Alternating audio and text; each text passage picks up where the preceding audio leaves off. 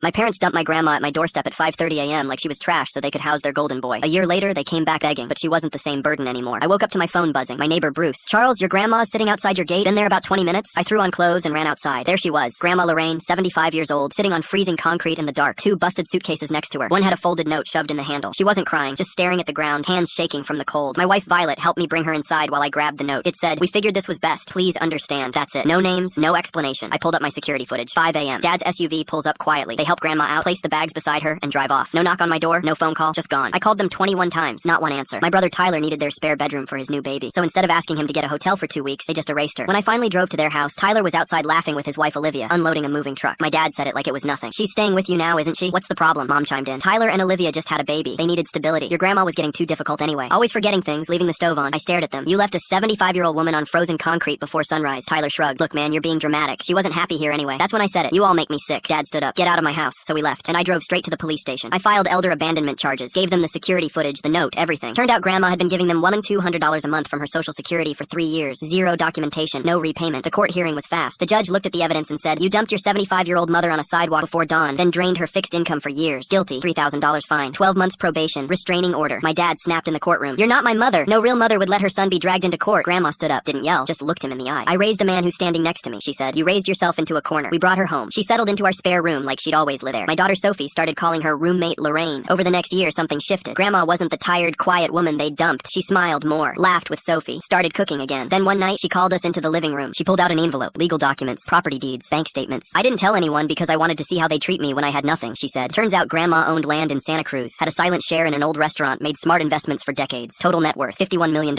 all under her maiden name. My dad never knew. She handed us another set of papers. "You two used to joke about opening a beach resort. You now own a 50-room property in Monterey. It's yours." We just sat there, speechless. "I don't want praise," she said quietly. "I just wanted to see who loved me when I thought I had nothing." We didn't quit our jobs, didn't make announcements. We kept it quiet, just like she did. Then one Saturday morning, exactly 1 year after they dumped her, the doorbell rang. My mom, holding a pie. Behind her, Dad and Tyler, all dressed up like they were going to church. Tyler was even wearing slacks. "We've been thinking about you," Mom said, forcing a smile. "About Lorraine. We miss our family." Dad jumped in. "Things were tense before. Everyone said things they regret." Tyler held up a photo album. "We brought pictures. Thought Grandma might want to see the baby again." Grandma stepped forward. Then she smiled, slow and sharp. "You didn't care when I was freezing on a sidewalk," she said. "But now you want to reconnect?" Nobody spoke. She nodded. "You can keep the pie. But the door stays closed." I shut it. Firm. Clean. Done. 2 weeks later, Tyler tried challenging Grandma's mental capacity in court. Said she wasn't fit to make financial decisions. We sent over APS records, medical notes, and the updated will she'd signed under legal supervision. Case thrown out in 5 days. Last I heard, Tyler's living in some studio apartment. My parents moved 2 towns over. Quiet. Low profile. Nobody in their church forgot what they did. Grandma's still with us. Still makes pancakes too thin and coffee too strong. Last week she handed me a sealed envelope. "Open it when I'm gone," she said. "Not before." I nodded. The truth is, we already got everything that matters. Turns out when you treat people like trash, you don't get to dig through their estate later. And the ones who loved her when she had nothing, we got everything.